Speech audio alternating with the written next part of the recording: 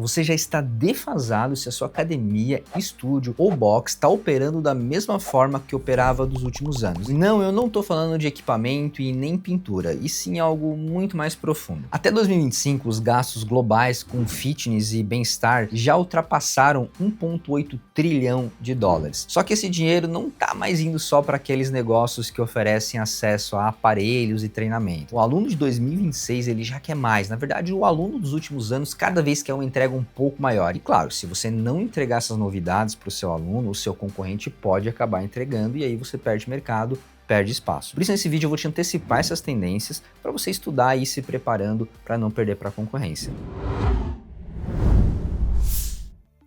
Mas antes da gente entrar nessas tendências, você precisa entender o contexto. A gente está vivendo uma transição da era estética para a era dos dados e da performance funcional. Alguns alunos já chegam na sua recepção monitorando o próprio sono, acompanhando a glicose, sabendo se teve um dia estressante, o seu BF, a sua mobilidade, etc. E ele espera que você saiba fazer algo com todas essas informações aqui, porque ele vai te fazer boas perguntas, porque ele já entende o seu próprio contexto. E aí que entra o pulo do gato. Quem não for apto para esse novo momento de mercado e integrar a tecnologia, a recuperação e a longevidade, tudo dentro da sua operação, vai com certeza ser visto como obsoleto em alguns anos. Com isso contextualizado, a gente vai falar das 5 tendências que tem tudo a ver com esses itens que eu acabei de falar. Vamos para a tendência número 1, mas antes de eu revelar, eu quero te fazer uma pergunta. Dá uma pausada no vídeo se você estiver na academia e olha para o lado. Conta quantas pessoas estão usando esses smartwatch. Pois é, bastante gente está usando essa tecnologia vestível. Ela é a primeira tendência da nossa lista e ela já está incorporada na rotina de quem treina, não só musculação, né, mas vários esportes. Hoje esses dispositivos eles monitoram frequência cardíaca, qualidade do sono, nível de recuperação e cada vez mais saem novos relógios, novos smartwatches desse tipo propondo monitorar outras coisas da nossa saúde. Não é à toa que o mercado global de wearables ele já foi estimado em mais de 84 bilhões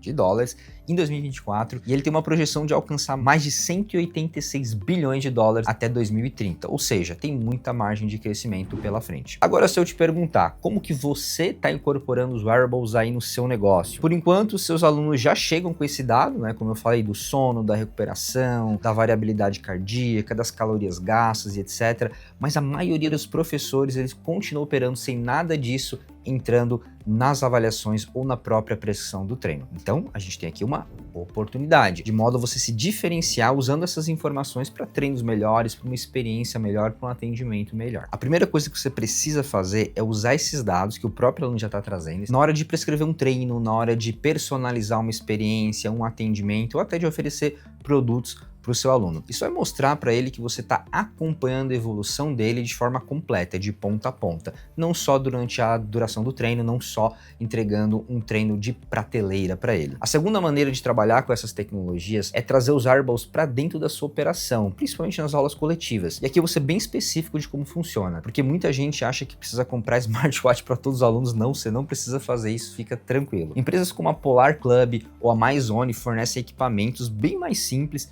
e acessíveis que captam a frequência cardíaca em tempo real e enviam isso para uma tela. Então você monitora nessa tela a frequência cardíaca, a intensidade do treino dos seus alunos, até o gasto calórico. Funciona assim, você compra, por exemplo, uns 20 monitores desses que essas empresas, tem várias, né? Eu citei 2 aqui. Cada um vai custar aí na casa de 300 a 500 reais e antes da aula o aluno pega o monitor emprestado com o seu professor, coloca ali no peito ou no braço, depende do wearable, e o professor consegue orientar em tempo real, avisando que o aluno pode ir mais além, pode se esforçar um pouco mais ou precisa reduzir a intensidade para não dar BO. Então, dependendo dos dados apresentados ali, o professor vai direcionando e deixando a aula mais dinâmica. Isso é incrível, eu tenho vários clientes que já trabalham com isso e realmente é uma experiência diferenciada. Essa tecnologia ela funciona muito bem em modalidades como spinning, HIIT, funcional, cross, onde o ritmo cardíaco é um indicador muito importante na intensidade do treino. Em musculação, a resposta cardíaca funciona de forma um pouco diferente, eu não vejo tanta aplicabilidade hoje, né? Inclusive, comenta aqui embaixo se você conhece alguém que usa esse tipo de wearable na musculação e como ele usa isso. Fico até curioso para saber se tem alguém usando. Na hora de comercializar, você pode operar de até 3 formas diferentes. Você pode vender para o aluno esse wearable lá, quando ele compra o plano para fazer o seu HIIT, o seu cross, pode alugar para ele por um valor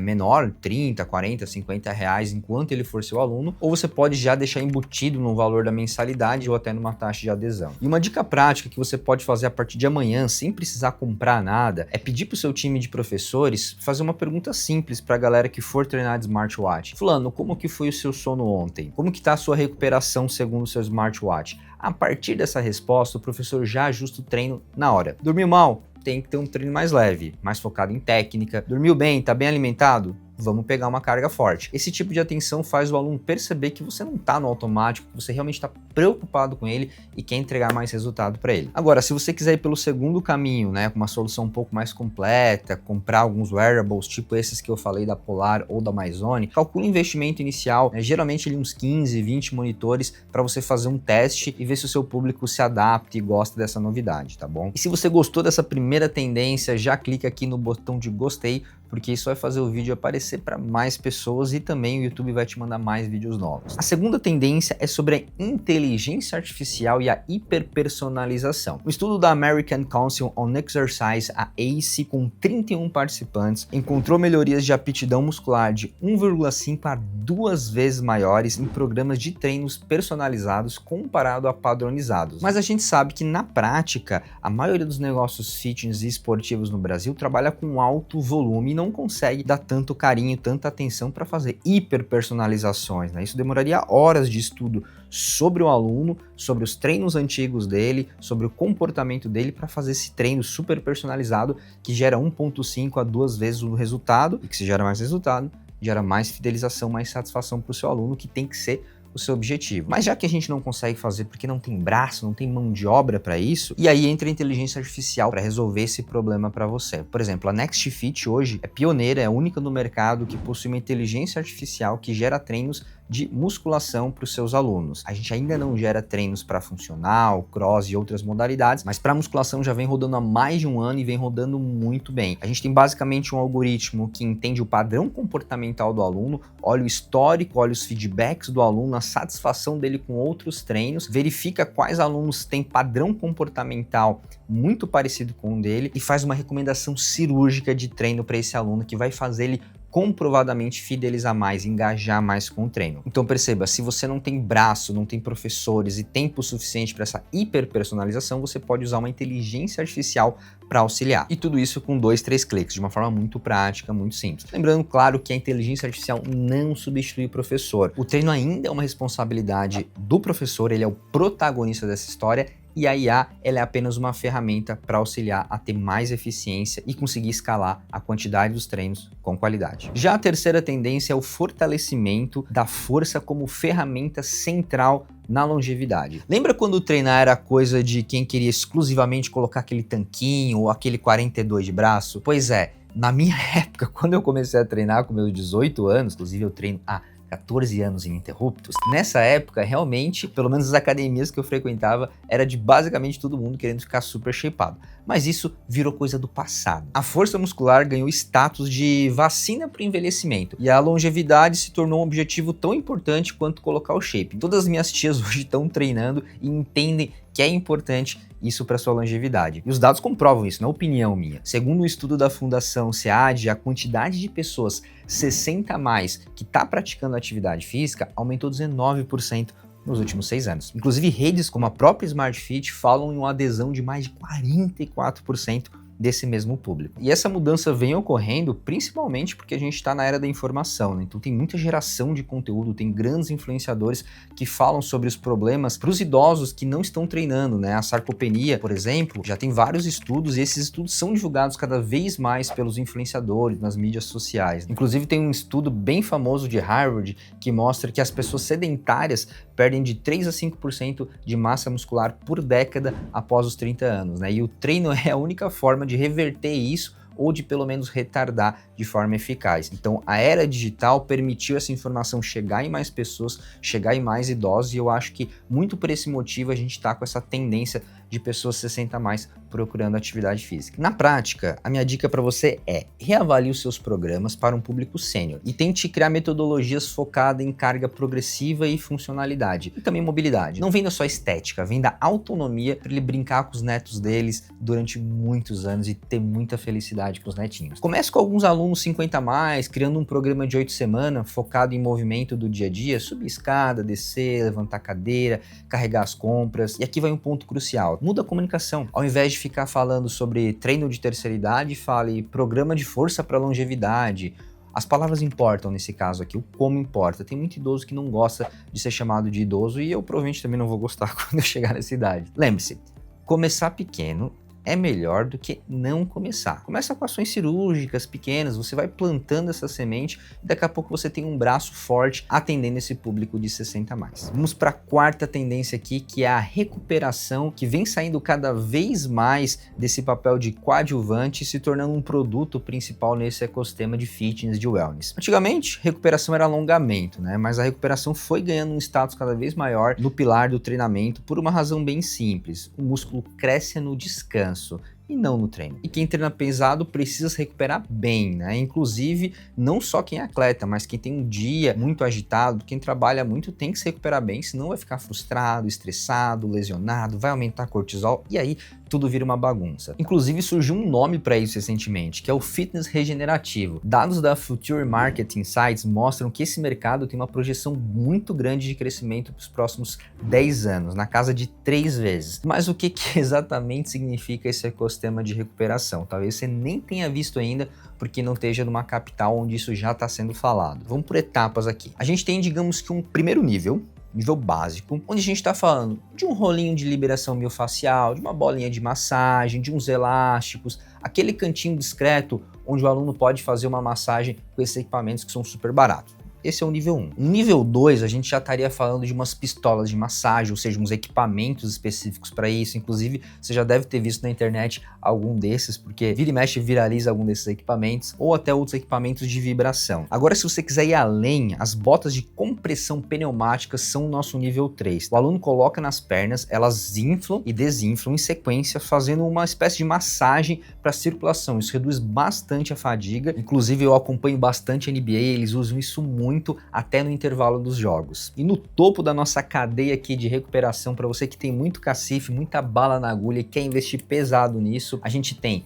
câmeras de crioterapia, banheiras de gelo e saunas. As câmeras de crioterapia são equipamentos que expõem o corpo a uma temperatura bem grande, então são dezenas de graus negativos por momentos, né? Geralmente muito curto, e isso cria uma recuperação incrível. Novamente citando aqui o basquete, eu sei que eles usam muito. Na musculação eu também já vi alguns atletas profissionais utilizarem, nos outros esportes em gerais eu já desconheço. Já as banheiras de gelo você provavelmente já viu na internet, elas tiveram um hype nos últimos anos, né? Muita gente contra, odeia as banheiras de gelo e muita gente ama elas, principalmente atletas e empreendedores costumam falar muito bem do poder que ela tem, não só para a saúde, mas para o cognitivo também. E aí, para te tranquilizar também, você não precisa ficar colocando gelo toda hora nela, tá? Hoje já tem máquinas que tem um motor que fica regulando essa temperatura, então você pode sim comprar uma máquina pronta e colocar na sua área de recuperação e ela vai regular essa temperatura para você. E por fim a gente tem as saunas, aí tem vários tipos de sauna, sauna molhada, sauna seca e etc. Digamos que essa é a tríade, caso você queira fazer uma sala de recuperação topzera com o melhor que tem de tecnologia no mercado hoje. No Brasil, as grandes redes já perceberam essa oportunidade. A própria Bodytech abriu em setembro de 2024 um espaço chamado Sulege Suzuki Recovery em Cuiabá, com equipamentos de ponta como o da Criosauna. E a Smart Fit, sempre de olho nessas tendências de mercado, também lançou em janeiro de 2025 a Aérea Recovery, uma marca inteira dedicada à recuperação, com essas banheiras de gelo, banheiras quentes, terapia de contraste, botas de compressão, tudo que eu falei aqui e um pouco mais. Você percebe o movimento? Geralmente essas gigantes aqui, elas estão estudando muito, olhando lá para fora, vendo os artigos científicos, a tendência do mercado, estudando o comportamento dos clientes, né? Então, quando eles começam a se movimentar, é hora de você também ficar ligado. Então, se a sua academia ainda está só no gasto energético, Toma cuidado, porque ele pode acabar buscando essa outra etapa, essa outra parte, que é a recuperação no seu concorrente. Mas isso também não quer dizer que você precisa instalar a câmera de crioterapia amanhã aí no seu negócio, né? Como eu falei, começa com um cantinho da recuperação, com uns rolinhos de liberação miofascial, com uma bola de elástico, reserva 10 minutos lá no final da sua aula coletiva para um alongamento guiado, com uma luz mais baixa, uma música mais calma. Instrua os seus professores a não pular essa etapa. Começa de baixo, começa pequeno. Se tiver uma resposta do seu público, aí você vai investindo aos poucos até você chegar nesse topo da cadeia que eu expliquei. Já a nossa quinta tendência é o wellness holístico e a saúde mental. Como eu falei antes, durante muito tempo o treino era visto como algo exclusivamente estético, né? Para colocar o tanquinho, colocar o 42 de braço, ficar estético, principalmente para os jovens, tá? Mas hoje até os jovens já estão olhando para o treinamento como uma forma de desestressar, de melhorar a sua resiliência, sua saúde mental, seu controle emocional. Esse vínculo entre exercício e saúde mental não é uma percepção isolada. A Organização Mundial da Saúde destaca que a prática regular de atividade física, ela está sim associada à redução de diversos sintomas psicológicos, como ansiedade, depressão, além de uma melhora muito grande no bem-estar psicológico. A gente já tem muita pesquisa e muito dado comprovando isso. Inclusive, um recente publicado pela CNN mostra que 67% da população brasileira pretende investir mais no cuidado com a mente, e a atividade física aparece como uma das principais alternativas para isso. 74% dos entrevistados já entendeu que a atividade física é a pedra angular para ter uma mente saudável. Afinal de contas, uma mente saudável habita um corpo saudável. Por isso, os negócios que já se posicionaram como espaços de bem-estar, mais amplos, mais holísticos, eles já começam a criar ambientes mais acolhedores. Promover evento, incentivar a convivência dos seus alunos, tudo isso é sim um bom caminho para melhorar a saúde mental e conseguir conectar isso com a atividade física. Agora, quando o negócio insiste apenas em no pain no gain, corpo de verão, você pode estar afastando um público, deixando o dinheiro na mesa. Muita gente está ansiosa, deprimida, muita gente está sobrecarregada e quer um jeito de resolver, e a atividade física pode ser um jeito de fazer isso, né? Você também tem que vender isso. Eu mesmo já cheguei a ter um BF super pequeno, muito mais massa muscular, corpo suficiente para competir, mas hoje eu treino muito mais para ter performance no trabalho, performance cognitiva, para ter longevidade. E, claro, manter o 42 de braço ali e um BF ali na casa dos 11, 12 é muito bom também. Mas eu não treino mais pelo extremo, já foi essa fase da minha vida. Hoje, para mim, a atividade física é para ter saúde e performance no trabalho. E claro, tem muitas pessoas como eu assim também. Muitas não sabem que a atividade física é um caminho para esses resultados. Você pode vender isso